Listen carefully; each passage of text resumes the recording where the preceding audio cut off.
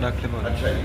سو ISSP کی جو رمز ہے نا اور جو اس کی تیاری کی رمز ہے، ان دونوں کی انڈرسٹینڈنگ بہت ضروری ہے.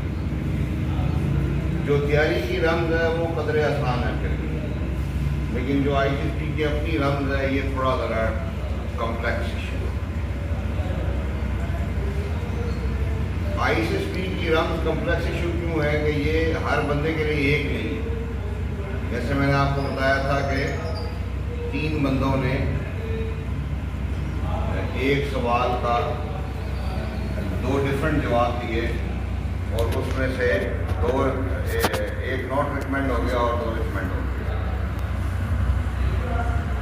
ٹیکنیکلی تو اگر ایک سوال کے جواب پہ ایک بندہ ریکمینڈ ہو رہا ہے تو اسی سوال کے جواب پہ دوسرے کو بھی ریکمینڈ ہونا چاہیے، لیکن دوسرا وہی جواب دے کے وہ ناٹ ریکمینڈ ہو گیا.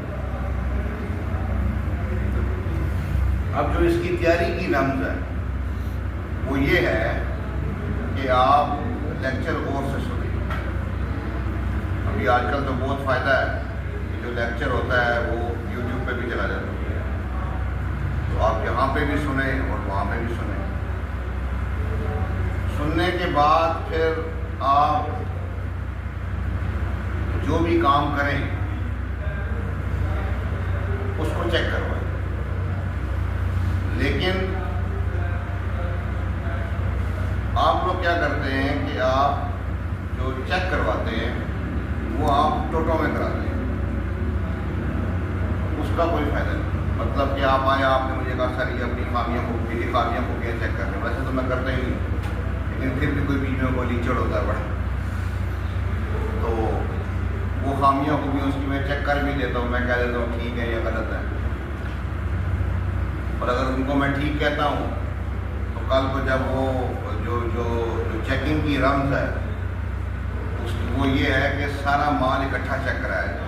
وہ جب وہی چیزیں جب اکٹھے میں لا کے دکھاتے ہیں تو میں ان کو غلط کر دیتا ہوں. وہ پھر مجھ سے کہتے ہیں سر پہلے تو آپ نے صحیح کی تھی.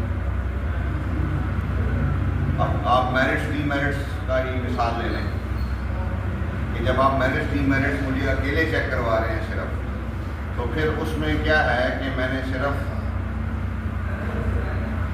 3 چیزیں دیکھی کہ یار آپ کا میرٹ کوئی کتابی تو نہیں ہے، آپ کے ڈی میرٹ میں کہیں کریکٹر فیلئر تو نہیں ہے، اور آپ کا میرٹ اور ڈی میرٹ آپس میں کنٹراڈکٹ تو نہیں کرتا. اکیلے میں یہی دیکھوں گا.